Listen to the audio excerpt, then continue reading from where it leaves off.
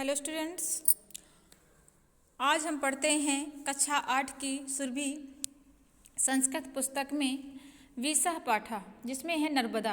तो इसमें बताया जाएगा कि नर्मदा क्या है, नर्मदा कहाँ से इसका उद्गम होता है और ये कहाँ से स्थित है, ये कहाँ कहाँ पर है और इसके उपयोग, इसके लाभ और ये कितनी पवित्र है, इसके बारे में नर्मदा चैप्टर में हम पढ़ेंगे। तो चलिए शुरू करते हैं।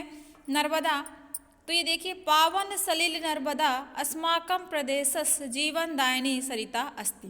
ये पावन सलिल नर्मदा है हमारे प्रदेश के जीवनदायिनी नदी है। नदी का पर्यायवाची एक सरिता भी होता है, तो यहाँ पे जीवनदायिनी सरिता अस्ति कहा गया है। ऐसा एवरेवा मेकल सुतादिवी अनेकाभिनाभि प्रसिद्धा। इसे हम रेवा मेकल सुता और अनेक नामों से क्या है जानते हैं, ये प्रसिद्ध है। अस्या उभयो तटयो अनेकानि तीर्थ स्थानानि तपस्विनीनाम आश्रमश्चस्ति। इसके उभय में, इसके दोनों किनारों पे, इसके दोनों तटों पर अनेक तीर्थ स्थल और तपस्वियों के आश्रम स्थित हैं। प्राचीन कालदेव अस्याः पावन तटयो तपस्विना सिद्ध स्थलानि सन्ति। इसके प्राचीन काल से ही इसके तटों पर तपस्वियों और सिद्ध स्थलों का बेड़ा, या जो कहते हैं बेला, लगा रहता था। अतः जना नर्मदा परिक्रमणः कृत्वा आत्मनं धन्यम पवित्रम च मान्यते। ऐसा कहा जाता है कि जो नर्मदा की परिक्रमा करता है, आत्मनम धन्यम पवित्रम, वह क्या हो जाता है, धन्य हो जाता है और पवित्र हो जाता है। इसलिए लोग क्या करते हैं, नर्मदा की परिक्रमा करने के लिए आते हैं। अन्यत्र नैसर्गिक सौंदर्यमपि दर्शनीय स्थलम, ठीक है ना। इसीलिए यहाँ का नैसर्गिक मतलब होता है प्राकृतिक सुंदर, बड़ा ही रमणीय है। अनूपपुर मंडला अमरकंटक नामा पर्वो अतस्मि। आप अनूपपुर मंडल को जानते होंगे, अनूपपुर जिले को, जहाँ पर अमरकंटक पर्वत है, ठीक है ना। वहाँ से एवं नर्मदा प्रादुर्भाति, वहाँ नर्मदा का वहाँ से प्रादुर्भाव होता है। नहीं कि ऐसा कहा जाएगा कि उद्गम स्थल जो है अनूपपुर मंडल के अमरकंटक से हुआ है। तदनन्तरम ऐसा गहनरेषु उत्तंग पर्वतेषु च भ्रमणं कुर्वन्ति डिडोरी मंडलम प्रविशन्ति। ये वहाँ घने जंगल और पर्वतों से होते हुए, ऊंचे पर्वत और घने जंगलों से होते हुए भ्रमण करते हुए डिडोरी मंडल में प्रवेश करती है।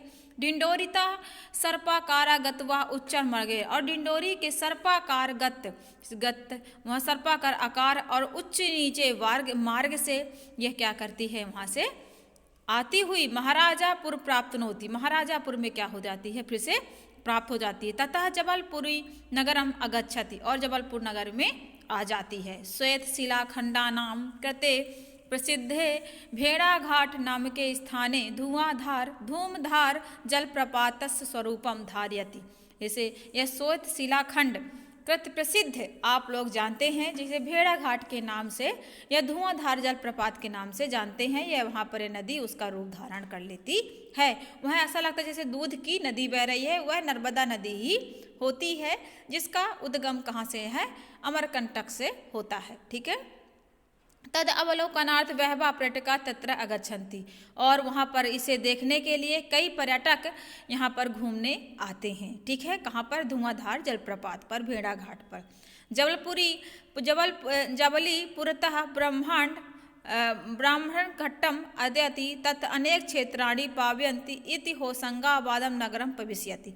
जबलपुर नगर से होते हुए ये ब्राह्मण घाट तथा अनेक क्षेत्रों से बहती हुई है होशंगाबाद में प्रवेश करती है। अन्यत्र सेठानी घाट, जहाँ पर होशंगाबाद में प्रवेश करते ही इसके स्थान को सेठानी घाट के नाम से प्रसिद्ध है। अस्मिन् नगरे अस्याः तटे अनेके देवालय, यहाँ पर क्या है, अनेक देवालय यानी मंदिर हैं, आश्रम हैं। अत्र भक्तः कृता प्रार्थना घंटानाद अहर्निशम श्रूयते। यहाँ पर कई आश्रम हैं और यहाँ कई भक्तों के प्रार्थना और घंटानाद के स्वर दिन रात क्या होते रहते हैं, सुनाई पड़ते रहते हैं, कानों में भेदते रहते हैं। ततो वेगवती ऐसा तरंगणी ओमकारेश्वर नगरम स्मृति। तथा ये अपने वेग से बहती हुई ओमकारेश्वर में पहुंच जाती है। तत्र अमलेश्वर नाम ज्योतिर्लिंगा समाधारयन्ति ओमकारम इतु आकृति ध्यायन्ति तथा अधा शंकराचार्यस्य गुरो गोविंद पदाश्चरा पवित्रम स्थानप्यसति। क्या करती है ये अमलेश्वर ज्योतिर्लिंग से होते हुए ओमकार अपना ओमकार से आकृति का धारण करके यह अत्र आद्य शंकराचार्य गुरु गोविंद पदाश्चर्य के पवित्र को स्थान करती हुई प्रवेश करती है।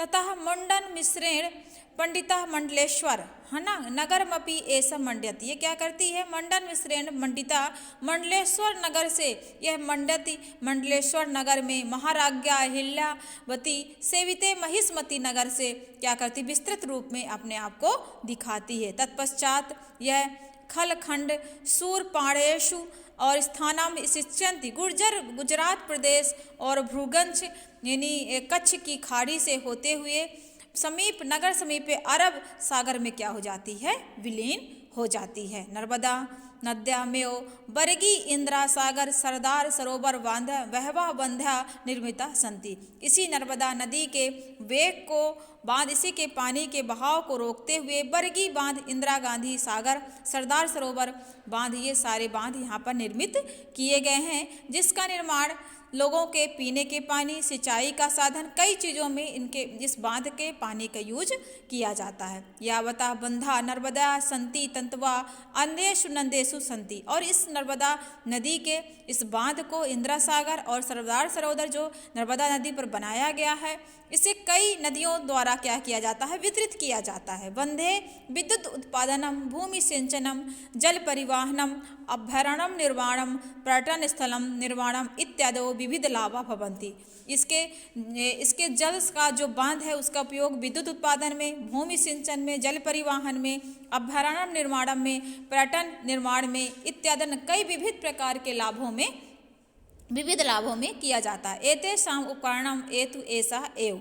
इस प्रकार से इसके कई रूपों में इसका प्रयोग किया जाता है। इसके नर्मदा नदी के जल को, इस मेकासुता के जल को। ऐसा नाम स्मरण पापम अपकरोति। ऐसा कहा जाता है कि अगर सुबह उठते ही हम नर्मदा नदी या माँ का नाम ले लेते हैं, नर्मदा नदिया का नाम ले लेते हैं, तो हमारे सारे पाप नष्ट हो जाते हैं। पुराणों में ऐसा कहा गया है कि अस्या बहु विद्या महामात्यम प्रतिपादितम कालिदासेनपि मेघदूता अस्या सौंदर्य महामात्यम चावर्णितम धन्य एवं भूमि यात्रा रेवा राज्यते। कालिदास के जो मेघदूत खंड काव्य उन्होंने रचना की थी जो कालिदास ने, उसमें इसके सौंदर्य को, इसके महामात्य को, इसके महत्व को बहुत अच्छे से वर्णित किया गया है और कहा गया है। कालिदास ने ऐसा कहा है कि धन्य है वह भूमि जहाँ पर रेवा नदी क्या करती है? प्रवाहित होती है।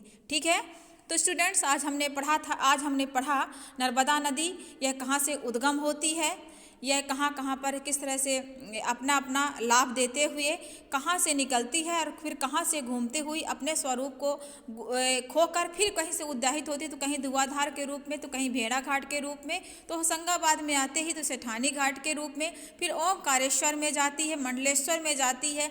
इस प्रकार से कई स्थानों को पवित्र करते हुए यह अरब सागर में विलीन हो जाती है। इसके पानी से, इसके बहाव से, इसके बांध से विद्युत निर्माण, भूमि सिंचन, जल परिवहन, अभ्यारण्य, पर्यटन, कई विविध लाभों का इसका जल का प्रयोग किया जाता है। ठीक है, तो इस वीडियो को आप बार बार देखें और समझें। यहाँ पर शब्दार्थ दिया गया है, तो शब्दार्थ को भी आप देखें ताकि सरलीकरण में आप जाएंगे। ठीक है, आगे देखिए अभ्यास। तो इसमें लिखा हुआ है एक पदेन, वो प्रत्येक अभ्यास की तरह कि अस्माकं प्रदेशस्य जीवनदायिनी का, तो नर्मदा कस्मात् स्थानात् प्रदुर्भति। और नर्मदा का जो प्रदुर्भाव यानी उद्गम कहाँ से हुआ है? तो अमरकंटक से हुआ है। कस्या नाम रेवा, तो इसका नाम और क्या है? रेवा का नाम क्या है? नर्मदा है। अमरकंटक कस्मिन् मंडले, तो अनूपपुर मंडले। नर्मदा कस्मिन् सागरे मिलंत, अरब सागर में ये मिलीन हो जाती है। और मंडन मिस्र कस्मिन नगरे वसती, तो मंडलेश्वर में क्या होता है? मंडन मिस्र में ये कहती हैं मिलती है। ठीक है, इस प्रकार से इसके वाक्यन उत्तर है, फिल इन द ब्लैंक्स है, मैचड है। ठीक है, शुद्ध अमना है। फिर आपका जो यहाँ पे इम्पोर्टेंट है हुआ है आपका यहाँ पे है संधि विच्छेद। तो मैंने बताया था कि नामो उल्लेखम पूर्वक संधि विच्छेदम कुरुत, इन्हीं नाम का उल्लेख करते हुए क्या करना है, संधि विच्छेद करना है। तो यहाँ पे लिखा हुआ है गहना अरण्येषु, है ना, यानी गहन अरण्येषु, ये क्या है, गहन धन अरण्येषु, ये दीर्घ स्वर संधि होगी। फिर देखिए खा नंबर में है अत्र धन एव, तो क्या हो जाएगा, अत्र धन एव, ये है वृद्धि संधि। अलोकनार्थम इस होता है अलोकन धन अर्थम, ये दीर्घ संधि है भी। और इत धन अदया, ये भी क्या हो जाएगी, आपका गुण स्वर संधि होगी, क्योंकि ई और आ मिल रहा है। ठीक है, इस प्रकार से इसमें समास विग्रह है, इसे भी आप देख लें। ठीक है ना। तो अभ्यारण्यस्य निर्माणम, ये तत्पुरुष समास होता है, अभ्यारण्य का निर्माण। फिर देवालय, तो देवन धन आलया, ठीक है, ये भी तत्पुरुष समास होगा। घंटानाद, तो घंटाया नादः, तत्पुरुष समास। फिर भूमि सिंचनम, तो भूमि सिंचनम, ये भी तत्पुरुष समास होगा। ठीक है, तो आपका यहाँ पर संधि विच्छेद और ये समास मैंने एक्सप्लेनेशन कर दिया है। बाकी चीज़ें मैंने आपको एक्सप्लेन नहीं की हैं, वह आप पहले से भी पढ़ते आ रहे हैं, और मैं सारी चीज़ें आपको PDF के माध्यम से आप तक मैं सेंड कर दूँगी। ठीक है, धन्यवाद स्टूडेंट्स।